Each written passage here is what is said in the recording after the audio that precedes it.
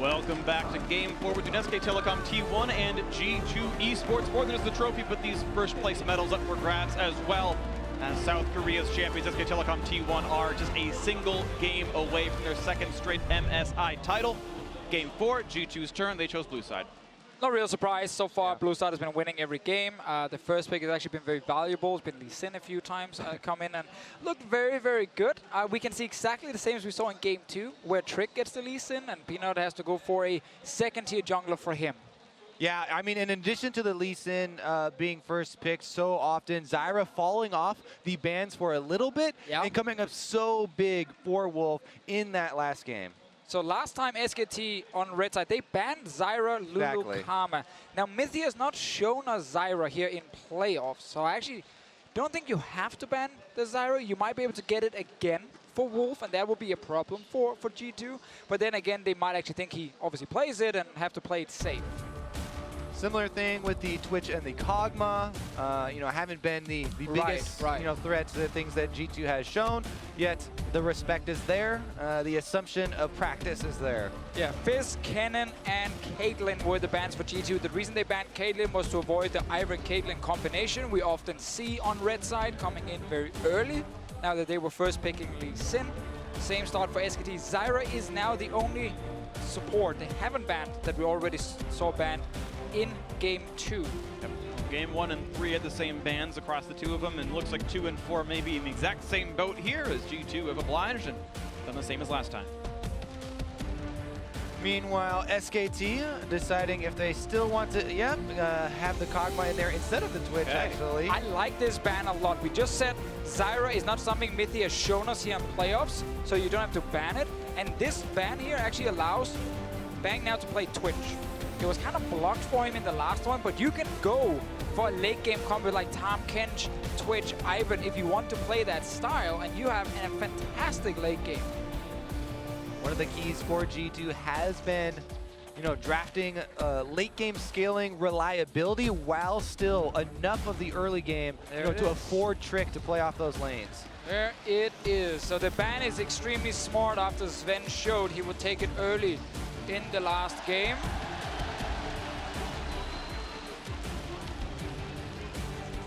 Letter G brought to you here in Game 2. Going back towards Olaf and actually going to lock it in over the Graves and the Ivern opportunities. He's going to mirror the same matchup as last time. Definitely see if he wants to make any earlier moves here then with the Olaf, as opposed to the Graves where he's just trying to force the enemy into his side of the jungle for farming and get Lee Sin to sort of inaction. Yeah, now you're in a bit of a tricky spot for G2, because if you pick Tahm Kench, oh, okay, Thresh got a list that, baby. This is an aggressive bottom lane. You showed the early Twitch pick, and they're going at you. And I've heard so many AD carries and even support players talk about, oh yeah, they lock in the Twitch. Instantly give me the Thresh plus the Callista. Yet G2 actually do it. Sven and Minty, one of the most confident bottom lanes with that combination. An incredible amount of playmaking. Sadly for them, Tahm Kench was left open, and Tahm Kench is very good against Thresh because you can just deny the kill potential when Thresh goes for that hook.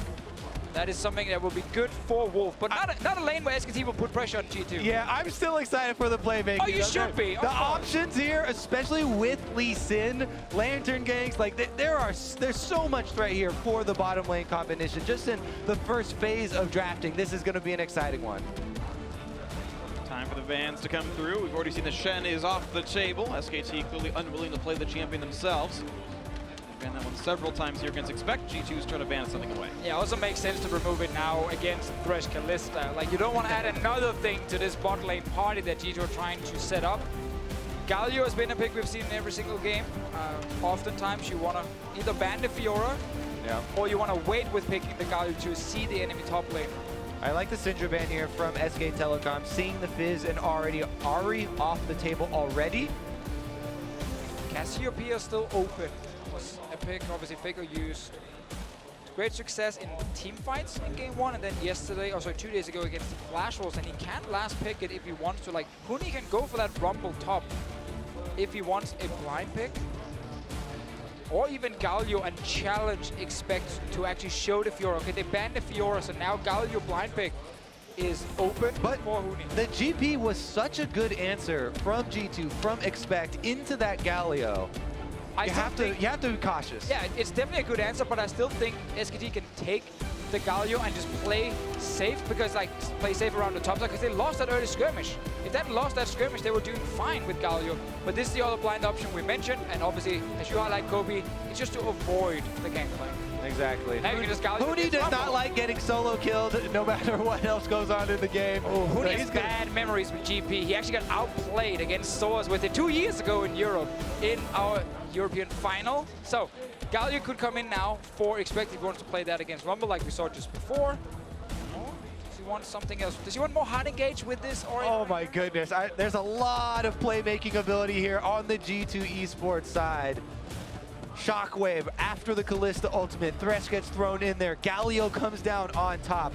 The theory crafting is definitely there, but pulling that off against SKT, more difficult task. Right, it's almost the exact same thing as you had in the previous game, and they weren't able to do so and punish the SKT flash cooldown. So now we'll see if it works a bit better this time around. LeBlanc, the final pick here for SKT. Oh.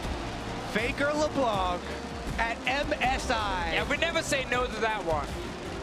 But last year, 2 years ago I should say, Faker's LeBlanc was the downfall of SKT at the hands of Edward Gaming in Game 5. Exactly, but this is a last pick LeBlanc. No Morgana in this game.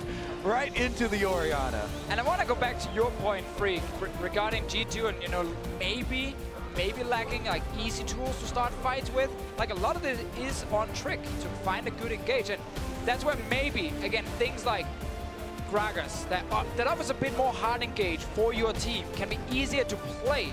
But Galio is just such a power pick that you feel like you have to take him when he's open. And I just love the combination, how much confidence you can give Mithy to actually take his hooks. I think you guys need to have more faith in Mithy's death sentences here. There's a Tom Kench on the other side. Well, he can take it in. He can still take the death sentence in. They get pulled out by Kalista after the Galio ultimate has already been channeled on that placement. So, I mean, the yo-yo composition here from G2, I'm seeing all the theory crafting in my head is just exploding right now. And then we're seeing I want to see it pull off. Then we're seeing the carry in Wolfer's belly, not taking any damage during that insane engage. And G2's like, wait a minute, we didn't kill anyone. All the fireworks go off and SKT members still live. Well, it's going to be fun to watch the carries in SKT, and if they do live through these fireworks, if Wolf can continue to support the squad, he's made some big plays so far this year. We'll see if he can do it again on the Tom Kench. And Game 4 is ready to begin here in Rio de Janeiro in front of thousands of cheering Brazilian fans. Will SKT secure the championship on this one, or will G2 from Europe bring us to Game 5? No matter what happens, then this has been a very, very fun final to watch. Very competitive games, back and forth as well. G2 has definitely shown up. And I'm so happy about this tournament because it came in saying, is this the one where SKT wins the title undefeated? And instead, we get to see maybe the gap is closing and then G2 plays at their best. Oh, careful, careful with that one. SKT always end up winning when we say the gap is closing. But even Gigabyte Marine surprising and getting 3 wins during the group stage as well. Like, there have been so many pleasant surprises at MSI this year. True. We saw Premier SKT last game, but they looked really sharp, and we know that team is still up to that level, but so many other teams have stepped up at this tournament, which is so great to see. One thing is for sure, the vacation, definitely a thing of the past. That is over. G2's hard work. They gave it to WE and said, it's yours now. G2's hard work completely paying off, getting into the finals and showing up in the finals. Very tall task, but they have accomplished quite a bit here. Let's see if they can make this game exciting and push it to another one, or will SKT, this iteration of SKT, be able to claim the trophy here? Huni, Peanut, finally being able to raise the trophy. They joined this team to win international competitions, to come first place. And will SKT give the tell that they are in fact leashing blue buff for their Olaf? One of the strengths of that champion is that he doesn't need the leash at all. You can play for lane dominance on the other side of the map, but ooh, that was actually pretty close because 1 HP and I believe Deadly Venom was still on the target. There was a chance he lost that blue buff. It was close. See, bot lane now. Kalista, Thresh, always a lane where if you make one mistake against him, you get hooked in a plate, and then suddenly you just go down. Yeah, instant aggression there from Mithy. One of the reasons that they did lend a little bit of extra damage there on the clear for Peanut as well, is because they didn't want to contest super early. Also, it's accelerating Peanut into an early movement by mid lane here. Oriana definitely under pressure. A lot of damage here. He's got a flash wait. No, he's got to wait for Trick to come in. Pushing the damage on a Faker. Not much else to get. A trade of equal damage. Very good counter gank here. And I also like Peanut actually paying attention to mid lane early, because it's been G2 always ganking Faker and getting perks ahead. Now they're trying to get this LeBlanc rolling. Meanwhile, pushing top lane, always want to highlight these deep wards because it's been so crucial. Huni on the Rumble is vulnerable if he perma pushes up, but he's able to not only get the early ward in there, he also destroys the blast cone to remove one more option from Trick. He's doing this so often when he has to push, like that exact move. Literally every single top laner at this tournament, I think, has actually done that well if they're the pushing matchup. So we're not calling it a Huni? I think it came around before. Fine, it's a top lane move then. Still good to do it. Of course, Rumble gonna have the push speed early on in the matchup, and it's still a strength, whether it's expected or not. That's still good play. If you pushed up and warded their blue buff on Lucian, that's a Huni. Okay, that's fair. That's fair. Let's take it on. Let's see if Trick can make something happen top side. Those lane ganks, they have worked out for him in the past. Oh, he snuck in there. Yeah, I don't think they saw him, and with that minion dead, he can go even farther forward. So Huni may have an understanding that, of course, he could be here now, but Peanut's recalling away, so it's going to be a 2-on-1 if they go for it. Yeah, Huni just trying to play it safe, and Trick doesn't want to waste time. That's why he just goes in for the play here to push out the lane. He knows that Huni is already kind of figured out he's on top side because he saw him at that blue buff, and Huni just like pulls the wave back to his tower, says, I'm not going forward. Yeah, and he also wants Expect not to waste any time, right? He accelerates the pushing of that into the turret so that Expect can go for his recall now, get his purchase off, and get back to lane. You can see actually pretty substantial lead down to the bot lane, +5 minions right now. Still full potions for Sven. So far okay for the G2 counter pick lane. Trick now back in the mid lane. His third time influencing a lane. Faker than a half HP, slowed a bit by perks. That's a chain missed. Wardhound forward. Faker no longer has any cooldowns. Ball tracks Peanut. Oh, okay. Faker jumping back in, trying to get some damage onto Trick. And we see the same kind of play where the mid lane is hovering to decide where their jungler is, just nearby for a counter gank. Hard for G2 to kill this bot lane due to the time Kench, but you don't need kills early on Kalista. You can still become such a powerhouse later in these fights. Exactly, trying to retain control of the wave. Expect doing similar here. Good trade onto Huni. Pretty good damage here. Of course, first TP's already been had by Expect the double Doran's Ring recall. Huni happy to wait a little bit longer, and then he can match that with more items.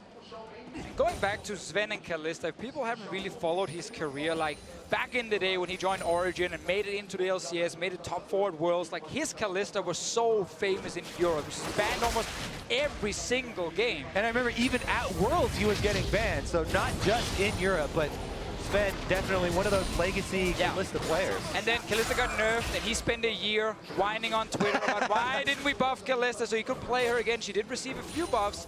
Not a lot of AD carries like to play her as like a high tier pick, but if you are one of these guys where it's a comfort pick for you, then you can still have great games on it. It's funny, Kalista didn't even get any straight buffs. It was Blade of the Ruin King got better. Yeah. Everyone else just kind of joined her territory of Ruin King rep. The item, of course, so much stronger now. We can see if he can keep pressuring on the Bang. And for those who don't watch a lot of this anymore, you get one spear into a minion, then you go and try to get your opponents off, and that's been going pretty well. Nice predict by Perks, actually got the ball over where the distortion was going to be, and Faker jumps back onto it. Of course, there was a buff where Ren gives you the mana back on just one minion kill, so they're right to Fischio. But it makes that laning pattern even easier. Land one auto, land one on a minion, hit E, receive free damage. And I want to return to the top lane, actually, because we have a very forward ward. Actually, we're on bot lane now. It doesn't matter what I want. But anyways, this ward I wanted to highlight because we talk about the pushing of Rumble. He wants to stay far up, but he has to worry about the lane ganks of Trick. You know, he just was the victim of a single one. Now he's trying to defend that ward. You can see Expect was hovering very close to that brush before he walks in there to see that it actually is there, and he can take that out, opening up more possibilities of lane ganks. This time I think he's going to kill the ward off. Looks like he found He never walked in the bush. He never So he checked. gets value out of that ward. Oh, he didn't see it either. He was looking at Rumble. They have to know. Okay. Going to be, again, this one just going to be expect pushing the wave into the turret once again, but it's a pretty substantial minion lead for Huni right now, about 10. Similar lead to what's in the bot lane. Looks like Sven and maybe going to let the push come in. Wolf level 5.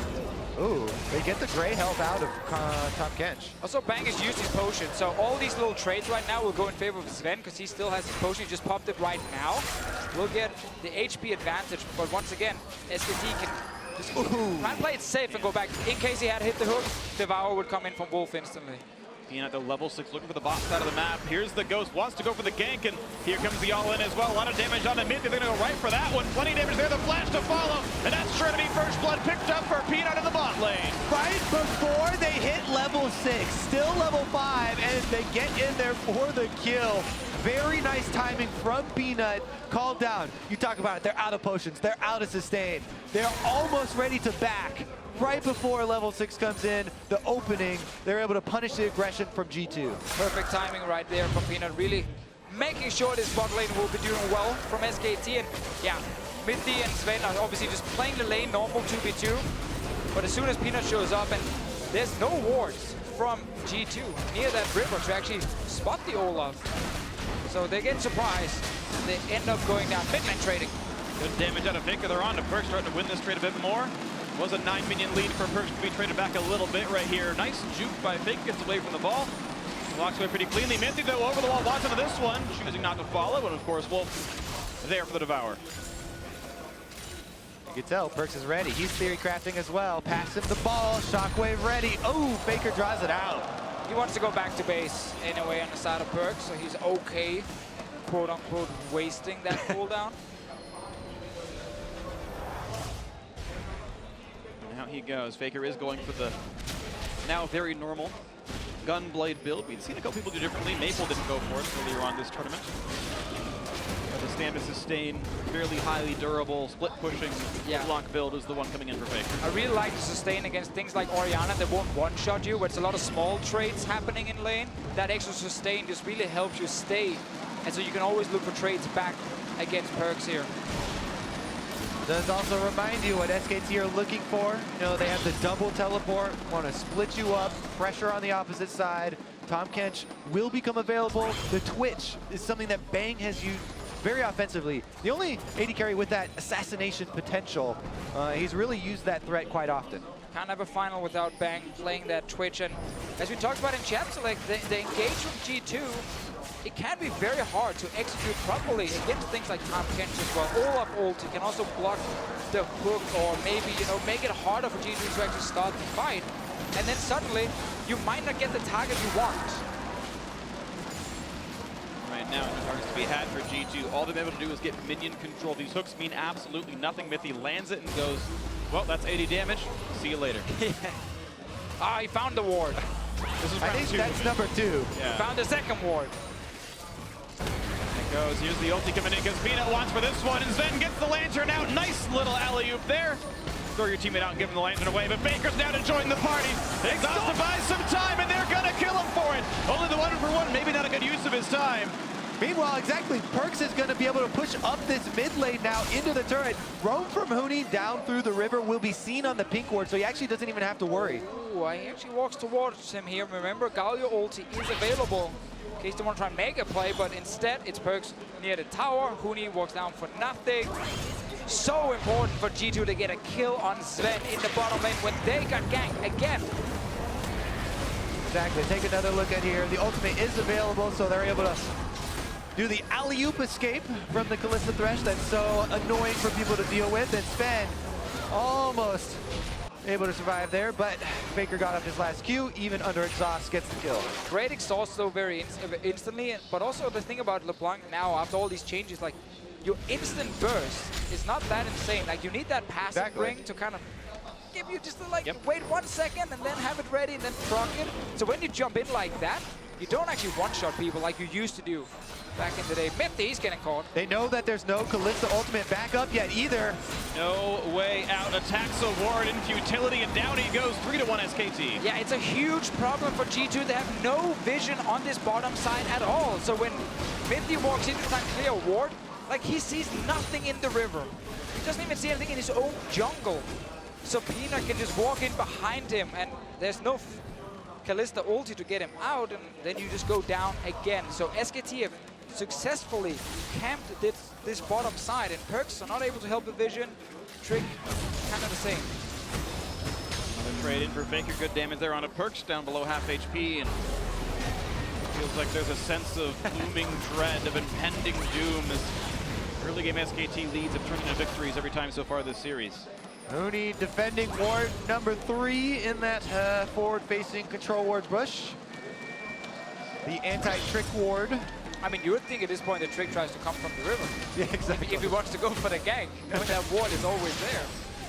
Nice attempt on the hook, but Faker instead gets the chain damage. Good little trade into Mithy down to half HP. Here comes Wolf on the backside kick. Oh! In the wow, into the turret from Trick now, and Perk's going to join the fray as well. Nice shockwave to buy some time, and Wolf does go a bit too far. Gets turned into Gumbo. Nice kill picked up there for Perks, turning the kills back to only 1,000 gold difference. Nice counter engage there from G2, ready to turn it around on SKT. Getting a kill back for themselves. See around mid lane. Bang is sneaking his way in there. Perks is fairly low on HP, but Flash and Barrier available. Bang's not going to find anything in the mid lane. There it is, though, the threat from the assassination of this Blade of the Ruin King. Completed switch, moving in. Ooh, nicely done. Peanut gets the steal away, and it's a force retreat out of Trick. Great red steal. Ooh, that's even a better hook, though, and Bang has to flash out of this one. Trick did not have a kick available, no way to get him. So many small things right now, like, you know, small trades where you maybe force a flash or steal away a red buff. The game is not, you know, blown wide open just yet. So all these small things can be super important for the following minutes. Like right now, if you're G2, you can maybe make a play against Bang. He has no flash, and Wolf, no flash either. The Lantern gets it locking away. Nice hook on a Wolf to buy a bit of time there. Plenty of damage up into this one. Teleport now. Help. And here comes the TPs in. Expect might join the fray as well. Good damage on Bang. He is now flashless. Can Trick get the kill? The top to buy some time. Expect makes it happen. 1 for 0 so far. Wolf 2 hits from dead. Nothing yet picked up though. SKT on the retreat. Cooney does not have an ultimate for this one. Expect running out of health. The chain is going to be there. Plenty of damage out of Faker potentially. We're going to buy some time. Expect just barely sneaking away. The shield's there for Trick. He's going to stay alive. The flash to guarantee it lands in time. So just the 1 for 0, and SKT still in control of the map. Exactly, and they can push in on this turret. 1 minion down. Perks actually. Barriers in, flashing some of the skill shots. Great dodge and the shockwave. Do they have the damage to kill out Perks? Not just yet. Peanut slow, but it's Cooney who has aggro. The jump back in doesn't quite have the damage. Perks stays alive. And just barely the tower dive is thwarted. Faker looking for the finish there, but Perks barely survives. Expect barely survived. Everyone on G2 living with slivers, and the turret will stand as well. All right, so this is the first fight. We just talked about no flash here for Wolf and Bang. So this engage is very, very risky from SKT, but they have the double TP. In addition to the fact that before that teleport, we saw Hooney use his ultimate on the minion wave, so no equalizer here. And just think about how many people got away with slivers of health. The long range on equalizer definitely would have been able to kill at least one of them. Right here, Expect wants to make sure Perks can walk away before Expect takes the lantern. That's a double kill right there. Oh, stays alive. And now Faker coming in. Pretty sure he did not get off an auto attack to actually use. One at the very end, I think. Did he He get autoed late. Okay. And it might have been on cooldown at the start. It is important with the Hextech Revolver, you get the auto off when you go in. That's an auto right there. That's one there. He comes back in, because I just saw it was available. He came back from cooldown, I think. Did not get one right after, and Perk stays alive. Good kick from Trick. Very tight timings here. The gold lead still only that 1,000. The previous game was competitive for a while. This one incredibly close as well. SKT still holding the lead, but certainly within arm's reach. Take a look for the play yet again to the mid lane. Perk's going to get hit up by the axe. That means Peanut's saying it's time to go, and there's no way out for the Orianna. Under the turret they go. SKT pick up their 4th kill. It is so hard to play mid lane without flash against things like Olaf and LeBlanc. It's so easy then to get onto you and just keep you slowed.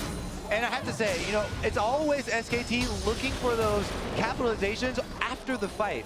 Almost all summoners on both sides were burned in that last bottom lane fight, and immediately Peanut is looking for a big punish on a flashless Orianna in the mid lane. He's got the advantage for the gank setup with the LeBlanc, and they are able to finalize that kill. We've seen multiple times this series G2 use ultis to try and kill the waves as soon as they get to the tower. Like when they're big waves, they don't want to risk SKT getting early objectives and open up the map. So they're fine using these ultis just to kill the minions and stop any tower push from happening. It does mean, however, they're going to be weaker for fights. And obviously the following minute, Trick. Steel gonna go over to Peanut though. Trick smites a bit early and Peanut makes it happen. Very important that Peanut is actually staying on that side of the dragon, so he blocks the Q from Trick. Makes it a little bit harder for him to get enough damage down to combine with the smite. Yeah, exactly, especially since with the Reckless Link on Olaf, you can get extra true damage in there to add to your smite. Timed it well. Trick hoped that an early smite would land in between. Didn't happen there. 1,500 gold lead plus the Mountain Drake is SKT's lead right now. Faker back to the mid lane, completed Gun Blade plus Sword Shoes. He is threatening. Perks very heavily MR stacked with the Negatron Cloak plus Merc Treads. Yeah, while G2 are down in gold, the lane that's behind the most in farm is the top lane, and that's okay. That's just your tank. The fact that it's Kalista and Orianna getting the CS advantages is really huge for G2 and the following team fights. If you really want to get your 2 items by here. Oh man, the pressure is still there. SKT able to utilize Faker's actual lane lead. Yeah, screw that CS. Doesn't matter. Faker can just keep getting some kills near mid. And this will transition to a scary, scary SKT. The extra teleport coming up soon. Faker actually fighting off Trick. Trick, I don't think realized he didn't have his kick up just yet, or was hoping to fade a flash or something, but it hasn't come up from cooldown just yet, so he didn't get much out of that one. Faker again jukes right, gets away from Mithy. They got to go with option number 1 there. Looked like he thought the cooldown was already up. Yeah. Not quite so. It was so clean until he pressed R and nothing happened. SKT starting to really put the pressure in. Peanut once again inside that opposing jungle. Faker and Wolf coming around as well, maybe bot lane in their sights. We can always see when you win that mid lane, like when you kill the enemy mid lane and force them back to base, it just opens up the map so much for you. You can now go bot lane, you can go top lane. Perks is getting ganked by so many different people right now, and he still doesn't have flash. It's been down since that fight in the bot lane. He's died twice now. Yeah, both teams have been very well aware how pivotal mid lane is in this matchup. Once again, returning here is G2. All members available. Teleports off of cooldown now. Well, that is actually first turret gold to G2. The pressure back in the mid lane is going to outrace Faker, who will answer the turret itself and retain the gold lead of SKT, but G2's actually still had some pretty good macro plays in the mid game. Setting these things up as Faker takes away the wave, will take away this, and Perk's forced to run away from Bang. See what else they can do. Top lane right now, damage on turret is non-existent. Same for the bottom lane. Again, let's talk about the strategy here with SKT, with their double teleports. Pulling G2 apart is the name of the game. They have Tahm Kench and Twitch, these unaccountable for threats that can come from the mid lane. Every time they shove up that minion wave, you have to worry, where are SKT striking next? Yeah, it has to be Expect sitting in the Faker lane, because he can sit there with magic resistance and just wave clear. And then you use Kalista Thresh in the opposite side lane to fight against that second teleport from SKT. Faker right now is obviously trying to trade against the Galio, but he's not dealing enough damage, and this is now a time for G2 to try and make a play at the top side, but you can see SKT already reacting. Wolf and Bang, they're up here. They're reading the play. Well played, SKT, able to play the defense quite nicely. No one's in the mid lane right now. They're going for the dive on this side as well. Sven running out of health pretty hard. Even just damage is enough maybe to push him off the turret and go for some structure damage here. Minion wave advantage in the mid lane to G2 as Perks was able to push up, but top lane, damage onto the turret now for SKT. Nice play, good damage on a Bang. Hook is there, but look at Wolf just keeping him safe, and you know it's going to happen every time. Most annoying feeling in the world when you play Thresh. Tahm Kench ruining your day. Now there's no Devour. Oh, Trick didn't hit it. Peanut's around. Of course, he can be saved by Sven. They got to go for Trick instead. A lot of damage on the Lee Sin. Still looking for a bit more. Is Peanut. Q's going to land. They're going to go for the play. Chops right back up. But Trick kicks back in. Bang and this time there's no way back out for him. But the chase is on, and Peanut's gonna kill one. Bang actually able to kill him with the poison damage instead. The chase in for Faker, just gonna jump back out. 1-for-0 SKT, and there's more coming. They fell into SKT traps, and now the trap is closing. In between the turrets, they're going for more. Sven is dead already in the list. Not much else to do. Here comes Smithy. He's got the shield, but it's not going to be living him for much longer. The chase is on, and it's going to be a kill in for the Olaf. It's Peanut taking him down. Turret's gone as well. SKT, step number 1, pull G2 apart. Perkz was still stuck in the mid lane. The Orianna, no way of joining this possible fight. Teleport comes through. Faker's there. Bang and Wolf. Now they're turning on the Baron. Here we go, on a Baron it is, 5,000 health, and there's really no chance of a steal. Expect's gonna hope and pray, but looks like they're not gonna be in for this one. Game swinging more towards SKT as they take this one in. Not gonna land the chain on a Perkz, but maybe they get some damage onto Expect. Shockwave is an air ball. But SKT choose to defend and back up for now with their new Baron buff. And it all starts with SKT just reading the map so well. They know, okay, G2's way to kind of play this mid game is the Kalista Thresh lane in a side lane pushing in. So they swap Bang and Wolf up into that lane, and they have the double TP in mid and bot lane, so they both can react and just join in case a fight breaks out. But this is still okay for both teams. Then you go in, and this is the problem. Yes, you get in the fight, but Wolf would just deny the damage on Tahm Kench. 10 out of 10 there. Another great devour from Wolf. Here comes Huni on the rumble, and the ultimate now from Wolf to cut off the escape. Nowhere for Mithy or Sven to go, except back to base. Nothing to do. Just alone. That's one of the worst feelings in League of Legends. You're like, all right, guys, I'm under my turret. I can't possibly be more well defended, but I am guaranteed to die for this one. You can see the damage output. Bang, set up for this Twitch game. And though the laning phase was difficult, he was forced under turret to farm and fight for scraps. Highest damage in that fight, 2, 1, and 4, certainly off the ground here. And SKT certainly have all the tools they need to claim their second straight MSI championship. Looking very good for them right now. Faker is fed, Bang's been getting kills. Olaf has gotten a few as well. And Huni, I guess he's part of the team. He's got an assist. He's done something. He played lane pressure. The turret of his lane has died now. He definitely pushed the waves, which is an important part of League of Legends. Got the most farm in the game, all right? He's done the most wave pushing. Very true. Yep. Huni definitely a crucial part of the team, and getting SKT into this position where they are very close to raising that trophy. Baron buff aiding the siege here as they get in towards the inhibitor turret on bottom side, with Faker still taking trades, getting damage, and then using that gunblade to heal right back up off the mini wave. He's not afraid to keep pushing in. Wolf takes some damage, but that was a big ulti from Perkz. Yeah, he was looking for Bang on the edge of the shockwave there. Big ulti. It sounds impressive. Yeah. Bam, you got Wolf. There you go. Now the pressure continues. Baron buff on for 1 more minute. Into the mid lane they go, nearly taken down. Perkz forcing his barrier out. Slightly denied. Either way, into the mid lane. Bang gets aggro again. He forgets about his passive, but that's still going to go down, and Faker going to stay alive as he tries to chunk out Trick.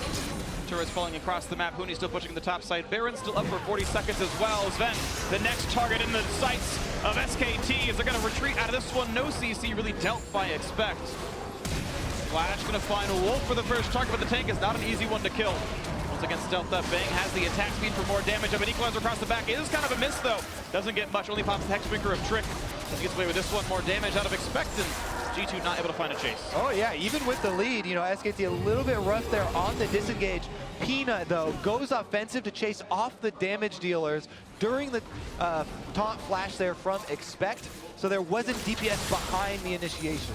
While he's going aggressive, Wolf is just sitting behind the team, saving them left and right. He devoured Faker there, then flashed away with Faker as well.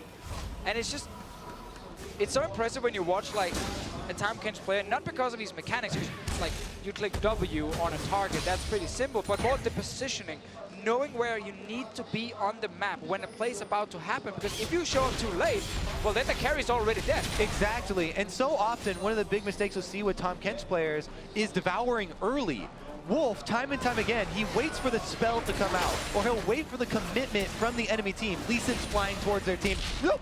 then he goes for the Devour. He doesn't do it early. Now he gets kicked in, though. They have to go for a Wolf. The Shockwave is there. All the cooldowns burn for the tank, and it means nothing. The re-engage is here, and SKT. They're all coming mid now. Here comes the flank out from the mid lane. The G2 forced to flash away from their opponents. First kill comes through as Perks hits the mat. Faker going to be next up to take down Trick. Gets the kill. 2 for 0. 10-3 overall in the game. Sven next up to fall. It's a third kill in a row. Peanut now on a rampage. SKT 10,000 gold ahead. Their victory all but assured. SK Telecom inside the base. Inhibitor under fire. 3 members of G2 dead.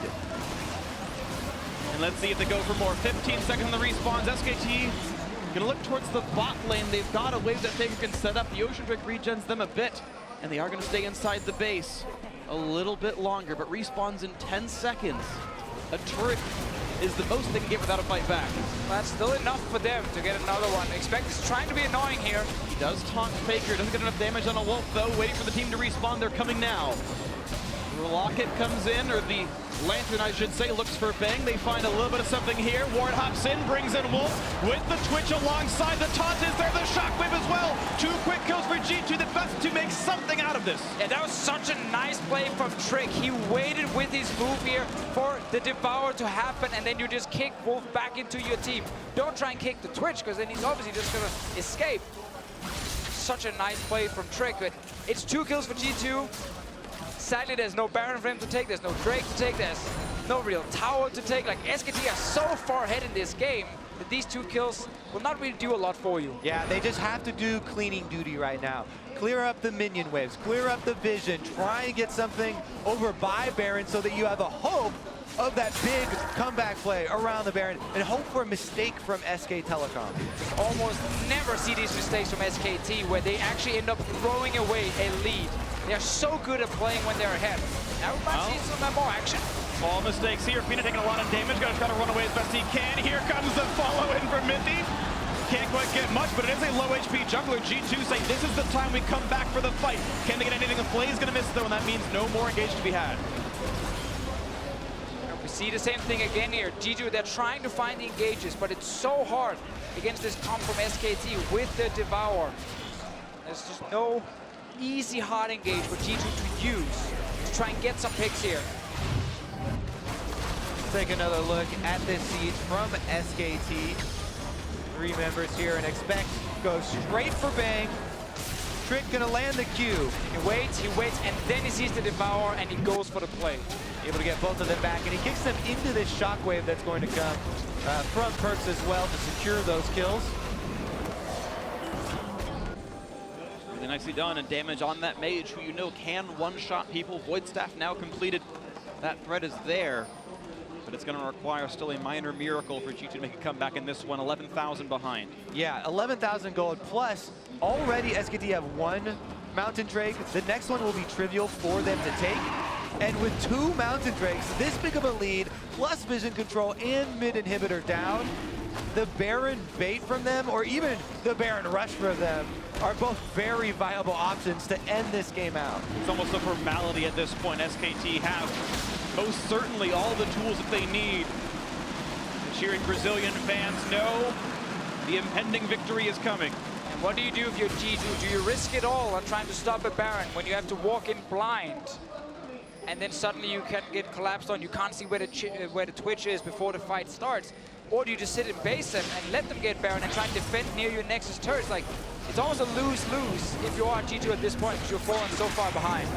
Here's the flank once again on Trick with no jungler. It's even harder to secure a Baron, and Trick is dead.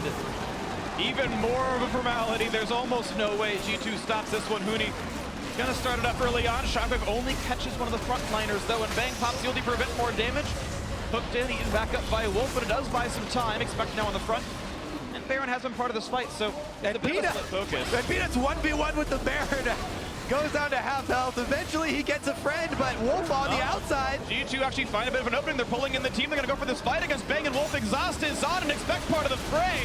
And SKT actually splitting their focus too much. 2 kills will go through to G2, but Huni going to rejoin the fight first. The flame spin is there. Zoda's buy some time. Faker in the back line going to take down Perks. Sven next up to kill, and Peanut takes him down as well. It looks like it's not enough for G2 to get with this one. Not to expect any kills here on this as Peanut finds his double, and the tank will go down last, but assuredly he will be falling here as well as Faker wants it to happen, and Hooney's gonna make it so.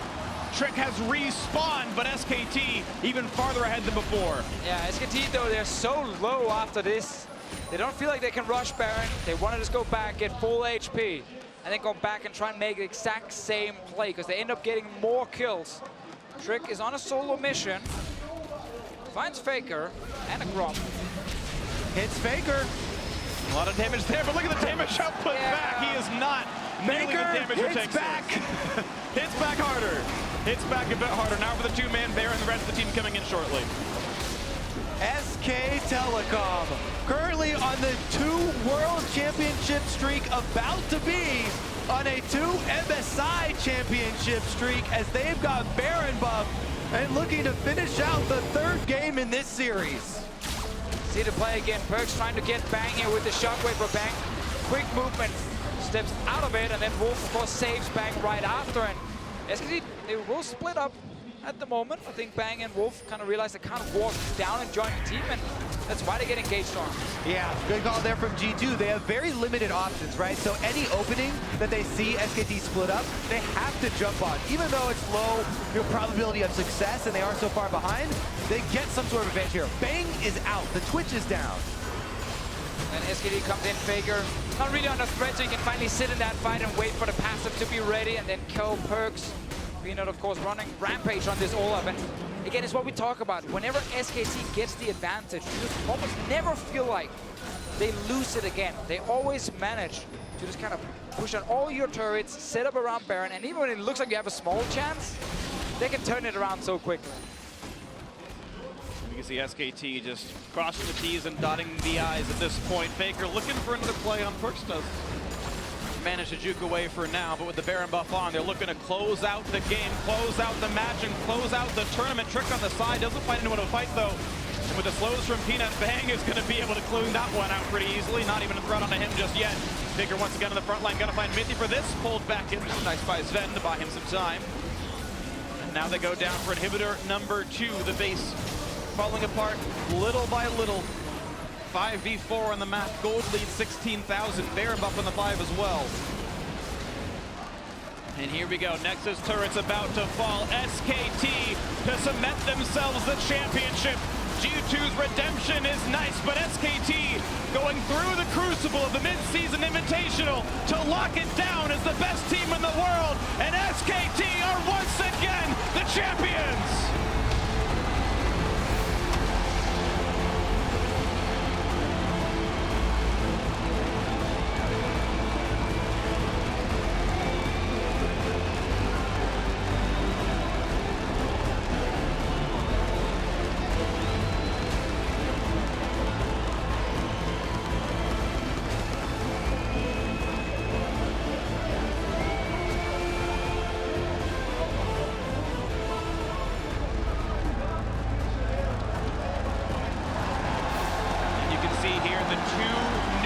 Of SKT.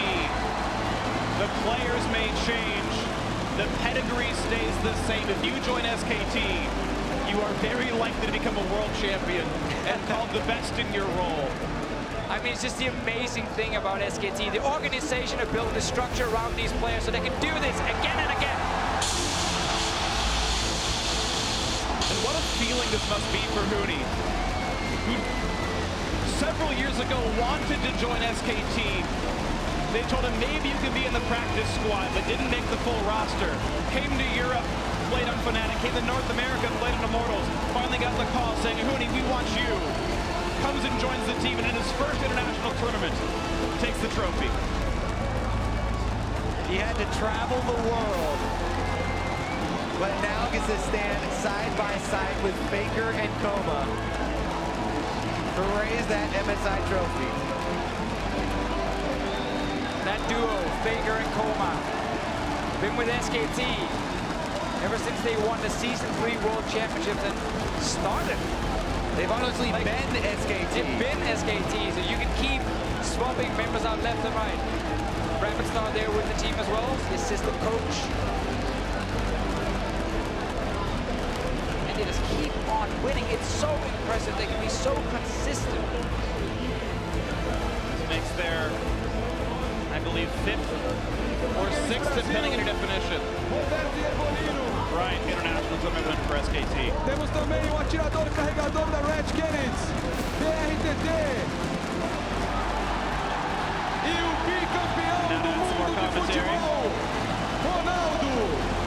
That's it over the dash to the analysts. Thank you very much. Free SK Telecom, your 2017 Mid-Season Invitational champions. As you can see here, world superstar, football superstar, two-time World Cup champion Ronaldo making his way onto the stage, along with another very famous face, BRTT, in the League of Legends community, to present SK Telecom with their winners' medals. One legendary two-time World Cup champion here to award to a couple two-time world champions of League of Legends. And let's remember, SK Telecom has just completed the most dominant two-year run in the history of League of Legends as an esport. And it's something that I don't think will ever be equaled. We're still very young in League of Legends as a sport, as an esport. However long the game goes, this sort of dominance that looked impossible at the start of the scene, we're a part of history, just watching on as SKT continue to make it. I love what I saw when they went for the MSI trophy as well. Hooney getting to lift it first, making sure Peanut could get to lift that trophy as well, bringing the whole team into this experience. Yeah, we have to remember, as was said at the beginning of the day, Papa Smithy, that this organization is a dynasty with members that have, come and left and come and left, and yet the dominance has always been there. For those two members, their first international win in a Riot tournament, Hooney and Peanut should be proud. They were chasing something, honestly, every player is when they move along, but when you move to SKT, it's the big goal that you're chasing, and for Hooney, it's a culmination, as Freak put, of a very long and winding path to get to SK Telecom. And for Peanut, he was the one who was supposed to take down SKT. He went the other route. He's feeling pretty damn good about his decision now. And we can't forget the guy behind it all, right? Coma there on your screen getting his medal as well. I mean, this man is a great mind within League of Legends esports. And that's really what it takes, because not only within League of Legends, but really across all sport, it's rare to see this kind of dominance. This level of domination internationally for this many years. And Faker, the man himself, the greatest player of all time. Receiving the medal from one of the greatest footballers of all time. A transformative footballer in his own right. Ronaldo was a superstar and then some. Speaking of superstars. Very true. I mean, you've got Faker on your team. The fact that you can make a name for yourself, the likes that Peanut has, I mean, it's incredible. Wolf as well, outspoken in his own individual abilities, shows up time and time again, has matured fantastically as a player here. Can we step back for a moment? 7 years into the esport, we have Ronaldo passing a gold medal to Faker. Telecom T1.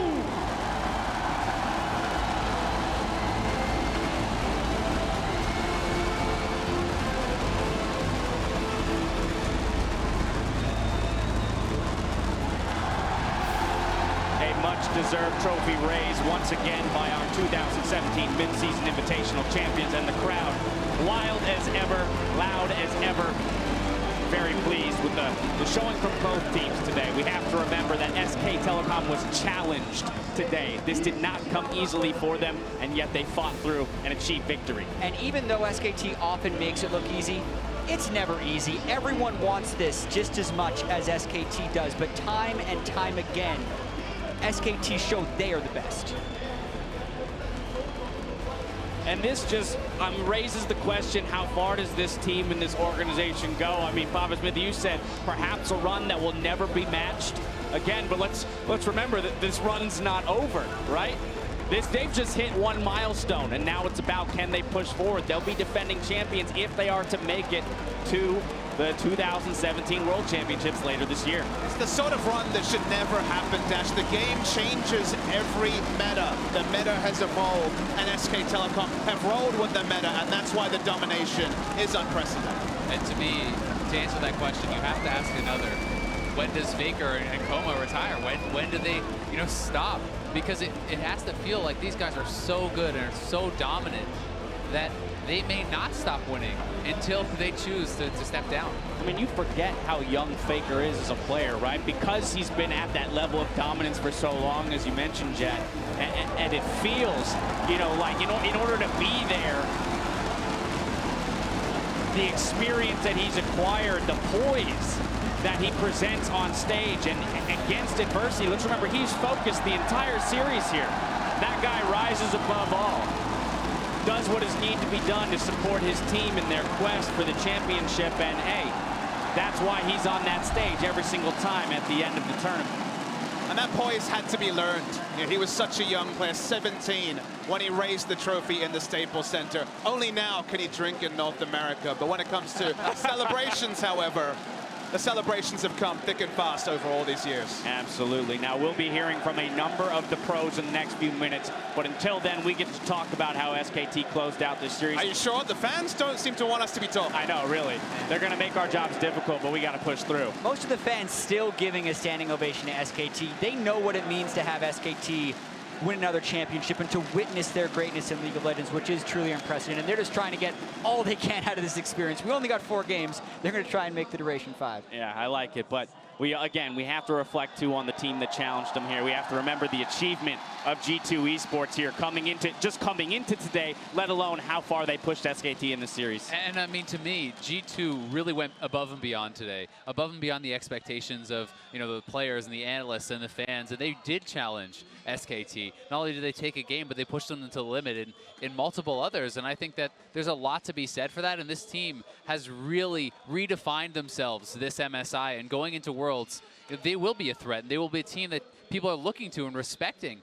They're no longer a joke. Absolutely. I mean, people talk about the gap, right? The gap is always a question. As a Korean caster, if I get interviewed, where's the gap at? Is it closing? I feel like I should get a personal sponsorship from the gap, given how much I have to talk about it. What we can say today is that the gap between SKT and G2, it was there. But it wasn't that big. Are we saying now SKT and Europe? No, but SKT and G2, there was actually a competitive series played here for at minimum the first 3 games, and that is a huge compliment to pay a team. It's a bridgeable gap at this point. A pretty long bridge We still. get to see the best team from every region come together here at MSI. And SKT, 2 years in a row now, has shown how much better they are than those teams. And the answer that these teams are going to have when they come to Worlds, these #1 teams from all these regions, is what else can they add to their game? Because they were all the best of their region, but that didn't necessarily translate. And I think G2, more than other teams, were able to focus on MSI even back in the spring split, trying to develop a play style that could at least compete with SKT, and they were able to do that here today. And even within MSI, the growth that this team showed from day 1 where they played to today, it's like a completely different team. They improved, they learned, they adapted, and they showed that they can be at a much higher level than we had expected. And let's go on an org level. Remember, we had IEM Cologne, IEM Katowice a few months ago. A lot of teams opted out of that. Jet lag, didn't want to show strategies. G2 went. It was admittedly in Europe, but they went there. They made the final. They got some international experience. They made the final. And now they're on the international stage again, with the infrastructure there again. So different from a year ago. And the adaptation and amount of poise they had was noticeable for this team. Yeah, I had to check what all the noise was about. They're cheering Peanut getting set up for his interview for the past 2 minutes. Yeah, it's been absolutely electric in this venue for the whole 2 weeks that we've been down here. We have to give our nod to the Brazilian crowd. I love the fans. I mean, it's hilarious. It's like everywhere they count down the last 10 seconds. These guys count down the last 10 seconds to every minute, 30 minutes starting before the show. Like, the amount of excitement and energy in the building has been incredible. I don't know, that looks cheer-worthy to me, Jack. I just heard as well, they did an interview with Peanut for the Brazilian crowd, so they're also cheering that. That's why we're only hearing ourselves in our headset right now, and then the roar of the crowd itself. In a tournament, though, which felt so unpredictable, at least through the group stages, right? We had teams beating everyone in every which way, not just triangles of wins and losses. I have to give credit to you guys here on the final day, getting your predictions correct. I want to extend that to all 3 of you. Well done. We did. Well done. Yes. He predicted it so long in advance, he brought props. There it is, right? Little do you know, he has props of all 6 teams with their tricolor. Yeah, definitely. I mean, but again, I think that does speak to, again, the performance that G2 put up today. The fact that everyone did come in so definitively. We were talking about this tournament as is this going to be the undefeated run for SKT, right? Will they be unchallenged through groups, through bracket stage, and end up winning their first international tournament without a loss? As you see G2 on your screens right now, making their way back into the venue. Warm welcome, lots of cheers from the fans as well. Thanking the fans for all the support that they've thrown their way throughout their journey here these last 2 weeks. Yeah, this crowd has been so good to G2, and I really feel like this means so much to them as a team because they were the black sheep of Europe for a lot after having those poor international showings, and even with just a few group stage victories, this entire crowd seemed to get behind them. So one final lap for G2. Thank the crowd and have the crowd thank them. Perks out in front here. I mean, he gave it his all, especially in this bracket stage. When you look at the series yesterday, the series today, he was working. It really was, the coming out for Perks, his tournament to really show how dominant he can be on the international level. I think this guy had a lot of respect from his peers, from the fans already, but he showed that he can compete on the very highest levels internationally, and I think he moved way up the rankings for most people this tournament. Standout performances from him. We've got the Rocks in the bot lane. Sven and Mithy, these guys have been solid performers for the team since they joined. And then we've got to talk about the two guys who stepped up huge. Again, Trick, Expect. These guys, I mean, we were calling for it all tournament long. When are they going to step up? What are the new champion picks they're going to pull out? And both of them delivered. And you were waiting for the moment for them to be exposed, especially by Huni and Peanut. Mechanically, especially on paper, huge gap. You didn't feel like you saw the gap between those two players. Expect and Trick both had their moments in this series, and that's, again, why you can be so earnest in saying it was a great final. Sure, it wasn't 3-2. We didn't hear the silver scrapes, but it was competitive largely all the way through, and that's already a big thing for our first European final in a Riot final since season 1. Now, as some quiet falls over the arena, let's go ahead and hear more about that series, handing it off to Shox, who's on stage with one of our 2017 MSI champions. Thank you very much, guys. I definitely am. I'm joined here by a dominant force in that run. It is Peanut side from the jungle and winning his first international title, which is why he came to SKT. So, Peanut, the first question I have to ask is, what does it mean to you to get to lift that very first international trophy with SKT? 네, 피넛 선수는 우승하기 위해서 SKT에 와서 이렇게 첫 국제 대회를 우승하셨는데요. 이렇게 SKT에 오자마자 이런 큰 성공을 거둔 것에 대한 소감을 말씀해 주세요. 일단 SKT가 원래 기존 멤버들이 너무 잘해서 코치님 포함하고 사무국까지 너무 지원을 아낌없이 해주셔서 이렇게 저는 딱 실력만 제 할 것만 하면 되는 상황을 만들어줬거든요. 그래서 일단 SKT 덕분에 우승한 것 같아요.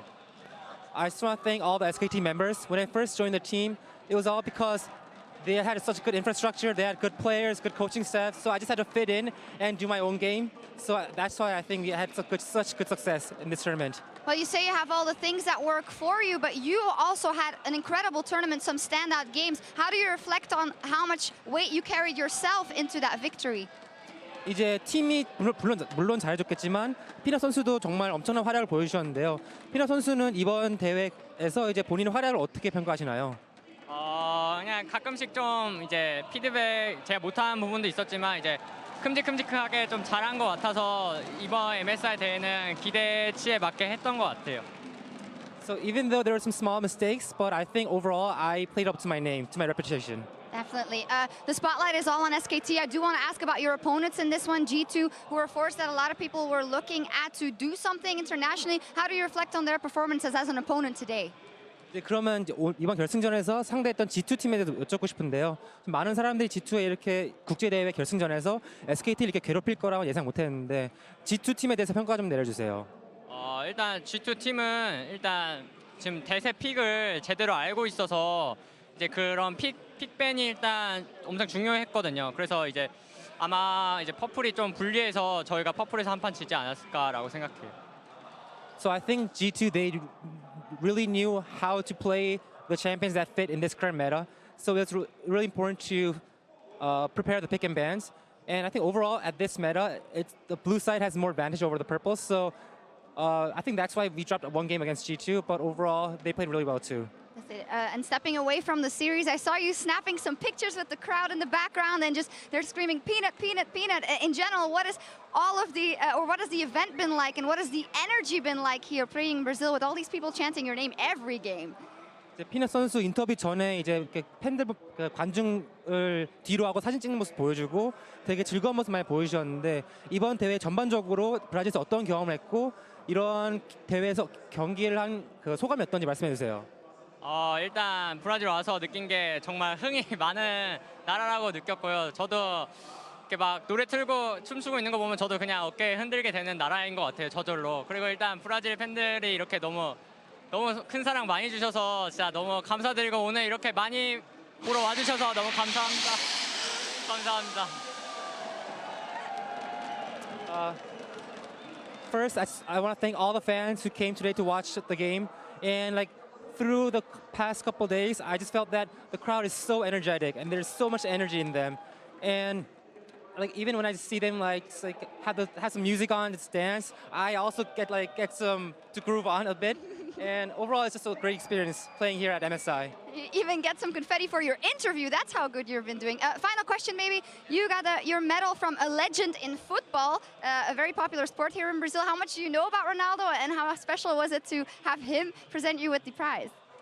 이제 우승 후에 이제 메달 세레모니에서 축구 전설을 꼽히는 호나우두 분께 이제 메달을 선사받으셨는데 호나우두 선수에 대해 얼마나 잘 아시는지 그리고 소감이 어땠는지 말씀해 주세요. 일단 호나우두 선수 진짜 너무 레전드 선수여서 제 네이버에 검색하고 이렇게 인터넷 검색하고 다 좀 준비해왔거든요. 근데 너무 이제 시간이 지체되니까 하고 일단 월드컵 이 별 2개를 단 선수잖아요. 레전드 선수고 펠레, 지쿠 다음으로 이제 이 3명 레전드 선수라 일단 저는 이렇게 전설적인 사람이 저한테 메달을 줬다는 게 너무 지금 뜻깊은 것 같아요. 이런 경험은 다시는 못할 것 같아서. When I heard that Ronaldo will be here at the medals at the closing ceremony, I did my own research on the internet and saw how much of a legend he is in football. And I saw like he won 2 World Cups, and he's like as legendary as like Pele and like Zico and other like soccer legend football players. So like overall, the experience was so great for me, and I'm not sure if I can have the same experience ever again. 저 사인 받으려고 유니폼까지 브라질 유니폼까지 사왔습니다. I even bought a Brazilian football jersey to get his signature. Yeah. Cool. I hope it works for you. Peanut, thank you very much. Congratulations, a legend in his own right. Fantastic words. Now back over to you guys. Thank you very much, Shocks. Without a doubt, Peanut has made a name for himself over the last couple of years, capturing the hearts of millions at Worlds last year, making the transition over to SKT, and slotting in seamlessly, it seems. I mean, no kidding. His scoreline this series, 25, 4, and 24 with 78% kill participation. Like, that is an insane international finals debut. And it's the fact that it looks seamless now is what's so cool, because I saw the building blocks of this where he would gank bot lane and Banger Wolf would be trying to freeze, and they just wouldn't react to the gank. He would literally do damage and just kind of have like a walk of shame going out from the bot. So it wasn't seamless at the start. But it's crazy how one split later, it looks seamless. One split later, everyone can step up or step back depending on what's needed. And that seems to be the SKT infrastructure we hear so much about in practice. And that's kind of the thing I take away. Yeah, but I really do feel like Peanut is Faker's first jungler who isn't just a servant to Faker in a lot of ways. He's not the guy who's camping mid lane and is the 2v1 in the mid lane. He really made this his own. There were even moments when Faker was killing jungle camps and Peanut would fly over the wall and smite it away from him. Peanut wanted his farm too, and he made the best of it, which is something we haven't seen from other SKT junglers. Now let's just hope he gets that Ronaldo signature. All right, well, it's safe to say that everyone on SK Telecom showed up today, but it's time to name our MSI MVP. And the honor goes to their support, Wolf. Now, as we start to... Oh, here we go. Let's talk about Wolf. I mean, Wolf is someone who has complained bitterly about not getting MVPs back over in the LCK. Never seems to be voted. Support is overlooked. You could not overlook MSI big plays like this. Yeah, and he did do a great social campaign to give himself a lot of credit, but he showed it and made it work in this series. What would you rate his social campaign, Jeff? 10 out of 10, I think, in all categories. Like everything else. Just as he's a 10 out of 10 support.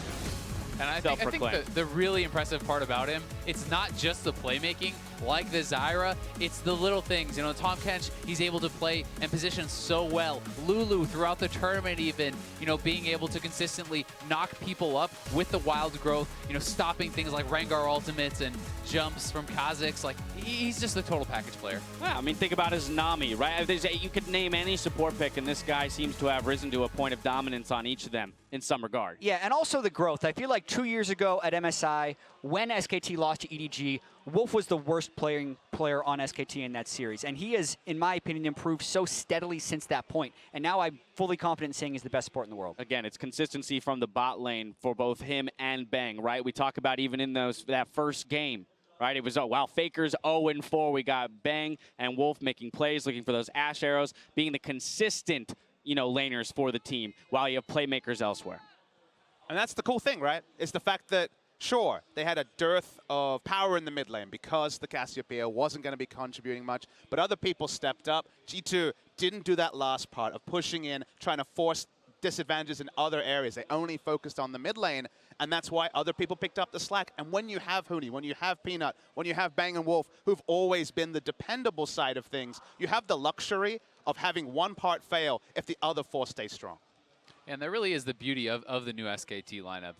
They can back each other up from all different roles. You can have carry performances from all 5 players, and it's what makes them so unique as a team, because almost every team has that point of attack that you like to talk about, whether it's in draft or it's, you know, a specific player. And SKT, it just doesn't really feel like they have that anymore, so you really have to be able to compete on that level with all your players. Yeah, and I think at this stage in League of Legends, you don't win championships unless you can do something like that. As soon as you have a point of attack that makes sense, it happens. And I mean, I feel like what G2 tried to attack was the fact that SKT maybe had a little bit of passivity in the early game, and you might be able to outscale them. That worked 1 game out of 4, because SKT was still the best at that, and the credit has to go to all the players in that scenario. We have a few more moments while we wait and get another interview set. Want to talk to more members of this championship team here, as again, we mentioned it's a team effort, and it's always been a team effort for SK Telecom. Different games, different carries. We've got the support staff behind them. This is a tried and true, proven team organization that has shown up here today, a much-deserved second title. Now, as we start to close things out here at MSI 2017, Freak, I'm going to toss it back over to you. Ask you guys if you got any final thoughts on the competition over the last month.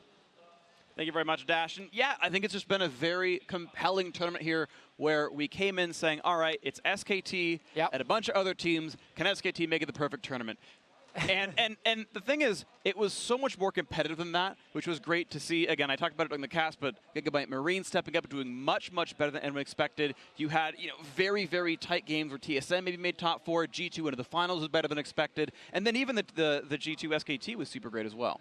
Yeah, I mean, it wasn't even coming into the tournament. It's SKT and a bunch of other teams. It was SKT, a bunch of other teams, and Gigabyte Marines. Right. And then as the tournament went on, we saw them get absorbed into this group, and that was one of the, you know, really exciting things for group stages, where they're keeping teams honest in the early game, unrelenting aggression, you know, forcing out mistakes and forcing teams to actually build on themselves during the tournament. And that's one of the biggest things for G2. Their growth over this tournament has been exceptional. Yeah, I really liked also like Team WE being part of the group at first, but then kind of advancing a little bit further ahead. They look better than the rest, which is why people were so surprised when G2 took them down in the semifinal. And of course, like the tiebreaker towards the end with so many teams so close to each other, like we were 1 game away from G2 not even making playoffs. And then G2 would never have beat WE, never gone to this final, taken a game off SKT either. Like, it was so close. The alternate timelines. Yeah, almost all the group stage game wins from G2 were gigantic comebacks where 80% of the time G2 is supposed to lose that game, and yet they found the late game shot calling to work. And you know, in retrospect, it makes sense where if they've got this kind of good late game shot calling, and then Trick actually catches up to play the early game, then G2 is a full-fledged team. And just as Jat was saying that he believes with full confidence Wolf is the best support in the world, if G2 plays like this, I believe in full confidence G2 is the second best team in the world. They made this final look better than the LCK final against KT Rolster, where that team is supposed to be built to beat SKT. This level of performance for G2, number 2 team in the world for me. Yeah, the hard thing is just keeping, you know, that level right now, because they did peak. Yeah. You know, in these playoffs. Best they've played.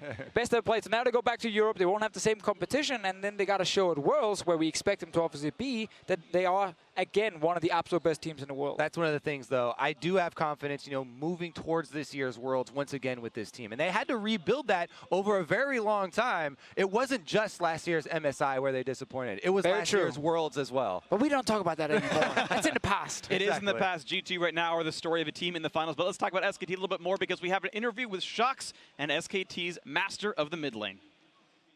Thank you very much, guys. I also wanted to catch up with Faker, of course, after that victory, and first ask him generally how he reflects on the performance of SKT in the finals over G2. 우선 우승을 축하드리고요. SKT의 이번 결승전 경기력에 대해서 어땠는지 간단히 말씀해 주세요. 생각보다 많이 어려운 경기였고 또 저희가 준비한 대로 잘 안 나온 것 같아서 아쉬움이 좀 많았던 것 같아요. 그래도 이기게 돼서 다행인 것 같아요. Even though I'm glad we're winning the series, I think the series went much more difficult than we anticipated, and the game actually didn't go as we prepared. So there's still a lot of regrets about the series. That seems a bit different from when I just spoke to Peanut. He was saying how this was a very special victory. I think it still is for you guys. But does that mean that it's kind of a victory you look at with in mind that you will have something to work on going forward, that it didn't all go the way you planned, which is something that doesn't happen that often, I believe, for SKT? 이제 그 이전에 인터뷰했던 피너 선수는 좀 되게 만족스러운 경기라고 말씀하셨는데 이제 페이커 선수는 살짝 좀 인터뷰 들어보니까 이제 비록 우승했지만 이번 경기를 통해 좀 더 보완할 점도 있고 좀 더 고칠 점이 있는 것처럼 느껴졌는데 어떻게 생각하시나요? 우승한 거는 만족스럽지만 근데 경기력이나 그런 부분에서 좀 저희는 너무 안 좋았기 때문에 아쉬움이 남는 것 같고 뭐 그래도 우승했으니까 비행기를 재밌게 탈 것 같아요. 네. So I think that our performance wasn't our best, and still there are a lot of points, a lot of areas for improvement. So, but overall, we won the tournament, so I think it's going to be a good ride back home. Yeah. Good flight back home. Yeah. A good flight back home, that it will be. Could you finally tell me something about the atmosphere here? We've heard from a lot of players that this is the loudest crowd they've ever been in, that they're very intimidating and always bringing the energy. What has been your experience overall? 많은 선수들이 이번 대회 관중들이 가장 열정적이고 정말 가장 이제 시끄러운 정말 엄청난 이제 팬들이 많이 모였다고 말씀하셨는데 페이커 선수는 이번 대회 진행하면서 여기 대회 경기하는 게 어땠었는지 이런 팬들과 경기하는 게 어땠는지 소감을 말씀해 주세요. 확실히 저도 그 생각에 동의하고요. 사람들이 뭐 굳이 경기장뿐만 아니라 밖에 나가도 다들 에너지가 넘치는 모습이라서 확실히 관중으로서는 가장 베스트인 것 같아요. So I agree with all the other players, and I think the crowd here was the best so far. Wow. And not even in the venue, but even outside, I could just see how energetic the Brazilian people are.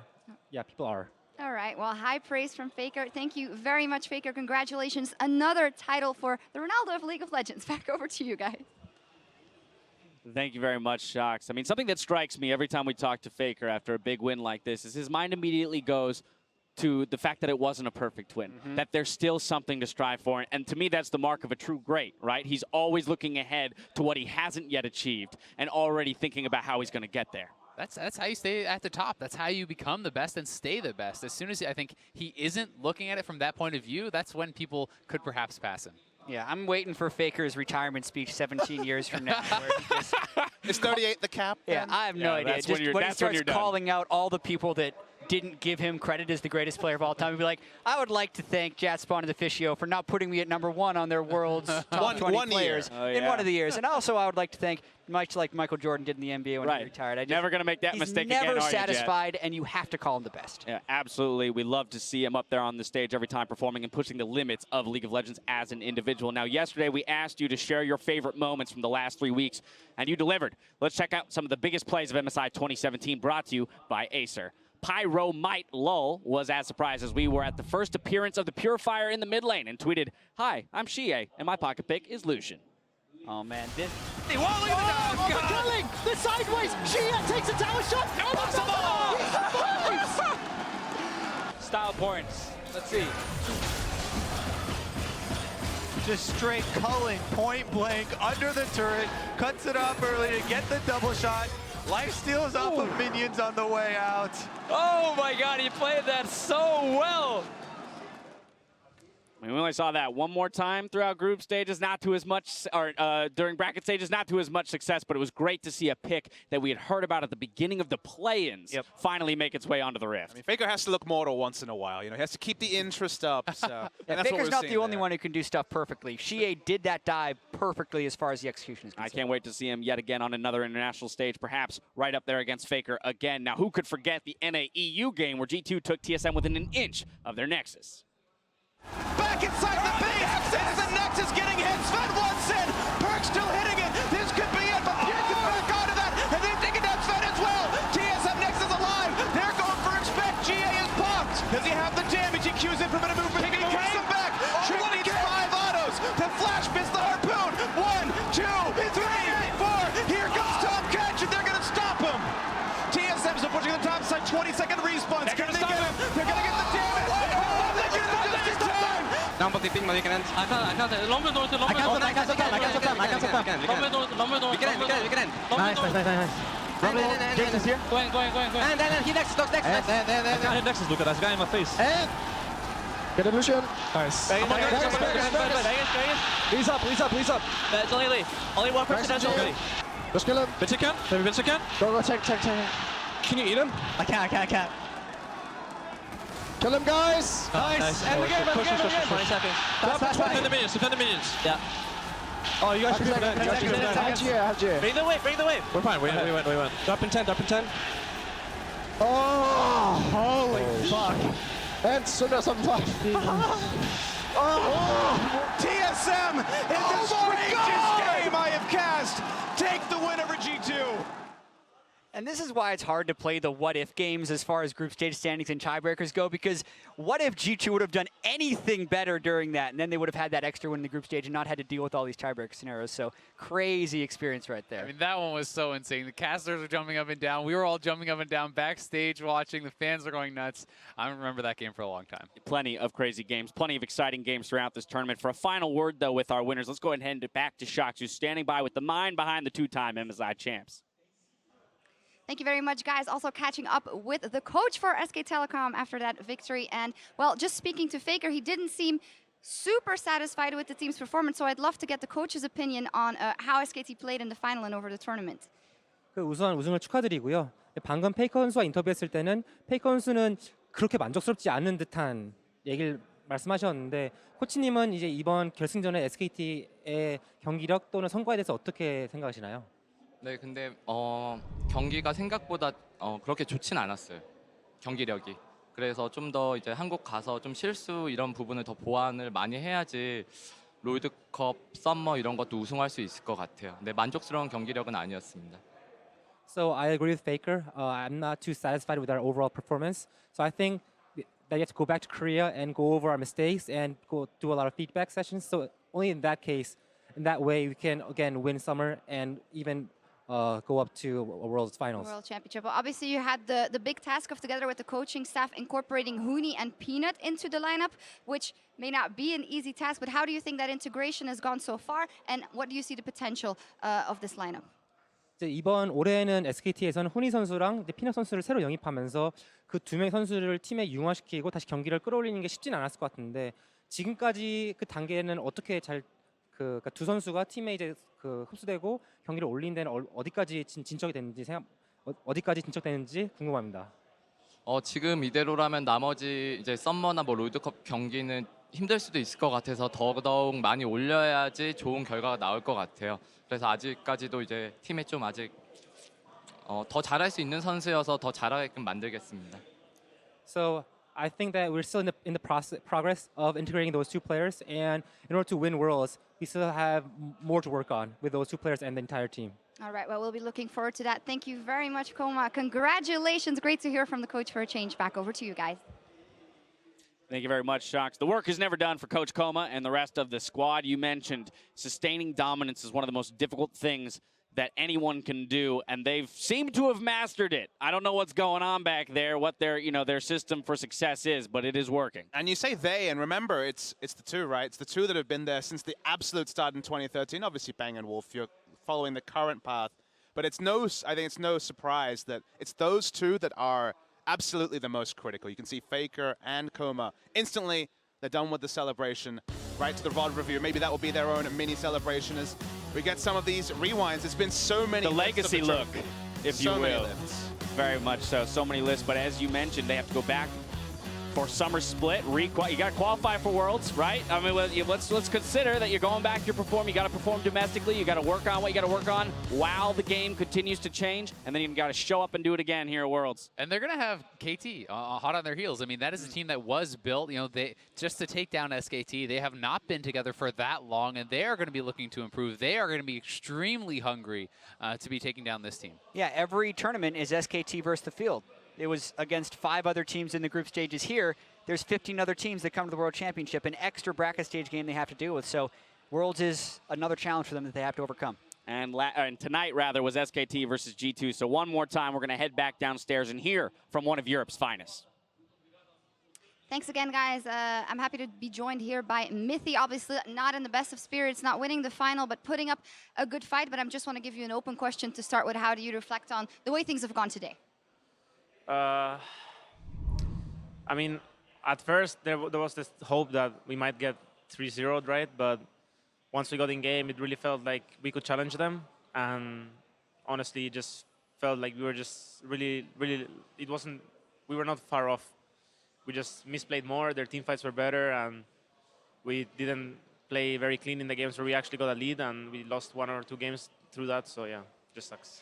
Yeah, it obviously sucks. Would you say that it would have been obviously better for you guys if you maybe felt like you had no chance? Was it tougher to fight back from that once that game 3 happened and then the game 4 happened when the snowball started happening? Did it become tougher and tougher to put up a fight?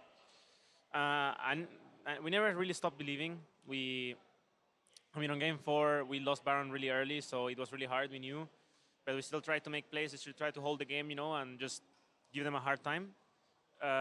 We knew we had to do some risky stuff, which we did on top lane. We just went ham, you know, and yeah, I think game 3 was more of a problem because we had the lead in that game and we just threw it, we just blew it away. Yeah. Final question. I know it's hard to see all the positives now, but if you look back holistically and also as a fan of G2 eSports, which of course I'm unbiased, but you guys have made redemption for yourself. You've redeemed yourself and you've made a lot of heads turn and made a very positive influence. Can you see that yet? And how much do you think that will propel you forward looking towards Worlds and looking towards the rest of the year? I'm actually really glad. I mean, after the World Elite game already, I think now that we actually put up a kind of a fight against SKT, it feels even better. But against World Elite, once we won, we already knew, okay, we are redeemed. You know, like this is the G2 we want to be. There's no international curse. There's no memes. It's just us. It's just us doing our best, working hard, you know. And if we would have not made it out of groups, I would have still been proud of my team because I can feel the progress. I can see it too, even though maybe we would have not made it out of groups. I really feel like everyone is working their ass off all the time and really caring too. So I'm just really happy that this whole, you know, era is over, and now we can look at this G2 as just like a strong team that is trying to do good for Europe, right? And yeah, that's pretty much it. You know, if we now go to Worlds and end up sucking and losing in groups, that's a possibility. But I just want the fans to realize that if that's what happens, it's because G2 sucks or because EU sucks, right? But not because we didn't work hard, you know, or there's memes or there's like a curse. There's no curse, there's nothing, you know. We give it our best every time, and last time we failed, this time maybe we don't, you know, but just give us some slack. I think we all remember that speech you made at the end of ULCS, give us a chance. You've gotten a chance and you've proven to be worthy, at least for now. So congratulations on that. And I hope you can see all the good you've done when you take a step back. Thank you very much, Mithy, and back over to you guys. Thank you one last time, Shocks. I mean, the fighting spirit and the never say die mentality were very evident from this squad throughout the entirety of the tournament. It was mentioned their group stage was entirely fighting back from deficits just to get to the bracket stage and then show us what they had in best-of-5 series. Yeah, and I think what's easy to forget at an elite level like this is almost everyone goes home a loser. It's just SKT who's lifting the trophy, so I can see why he's taking it hard, right? As a European fan, you can be happy about the performance, and you should cherish it, and you can see Mithy has it a little bit, but that doesn't take away from the disappointment, and every pro player really tests their mettle on how they bounce back from disappointment. And I see G2 is bouncing back stronger every single time. And I mean, the thing is, in these tournaments, the margins between, being that victor or being, in this case, in the finals match and getting knocked out in groups can be so ridiculously small. And, it's sometimes hard to accept that it can be a little bit of luck going your way. It's hard work too, but you do need these slimmest of margins, and it can be tough when you feel like you were right there with that team that was in the finals, but you got knocked out and the fans are not having your back. Papa Smithy, let me ask you a question. As a Korean caster and analyst, does it excite you that G2 challenged SKT to such a degree, looking forward at more international competition and what might come from a performance like this? I mean, in so many ways, SKT winning is the standard, but seeing teams find new blueprints to try and fight against them, new strategies perhaps to try and take them down. I have to deal with this domination on a domestic level as well, and even if this informs some of the Korean teams to some ideas and to some belief that SKT are not a wall, they are something that can be surpassed. In a best of 5, that part is proving a little bit tougher to get to, but there's a lot to love about what G2 showed here. And the other thing you can say as well, maybe the Korean teams, they've been able to practice a little bit in mystery. Obviously, they've been scrimming behind the scenes and watching SKT. I hope they come in and punish SKT at the start of next season. Otherwise, we could be all here again in just a couple months. Hey, maybe one day we'll get there and we will see Titans fall. Now, ladies and gentlemen, after a month of competition, it is time to close the book on the 2017 Midseason Invitational. On behalf of everyone working to bring you all the action from Rio de Janeiro, thank you for joining us, and we'll see you in the summer split.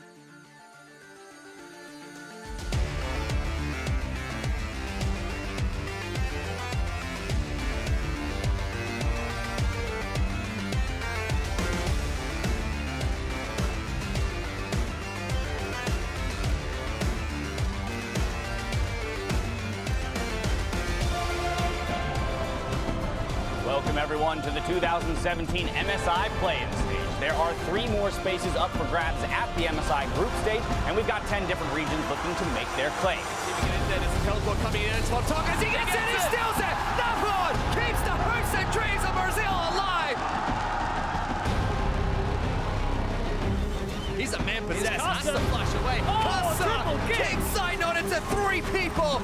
What an equalizer right into the frying pan. A double kill coming in for Optimus as the team rolls out. He's going straight in, plops back down. He starts chopping him up and he says, hey, you may be in my class, but we're different fish, baby. And against all odds, Gigabyte Marines are looking to push this to match point against TSM. Completes the reverse sweep. Flash Wolves, TSM, and now Gigabyte Marines have booked their trip to Rio de Janeiro. They're already fitting into Faker. Oh my God, have they got him? First blood onto Faker. Nexus is the focus, and SK Telecom start their campaign for MSI 2017. What? Oh, he gets go. 957 manages to survive a few seconds longer. 957, run, man, run! He gets away! The Gigabyte Marines are looking for revenge. Look at the Nexus. The Marines take down TSM. They're going to towers. The snipe! Peanut is playing whack-a-mole with the Marines. Can they get him? They're going to get the damage. Oh, they get him just in time. 50 minutes in, 15-second death timers. And TSM in the strangest game I have cast. Take the win over G2. Archie going to stay alive for a bit longer. 957 next up. It's only Xie. That is it. And we've got 5 teams tied for second. For money. Whoa, look at the killing. The sideways. Xie takes a tower shot. Impossible. Team WE for the mid lane Lucian make a statement to defeat SKT. Team Solo Mid are destroyed. Flash Wolves take the Nexus, and Flash Wolves advance to the semi-finals. For the first game of our first semi-final. Essential play, dodging in the heel as a casket down and bang! They will sweep the Flash Wolves, and they will do what they have always done, achieve victory. They're gonna get all. She is down. Triple kill to Perks and G2. G2 eSports take down WE, and G2 are redeemed. Mid-season Invitational 2017. The ace, courtesy of Sven, G2 eSports have tied up the series.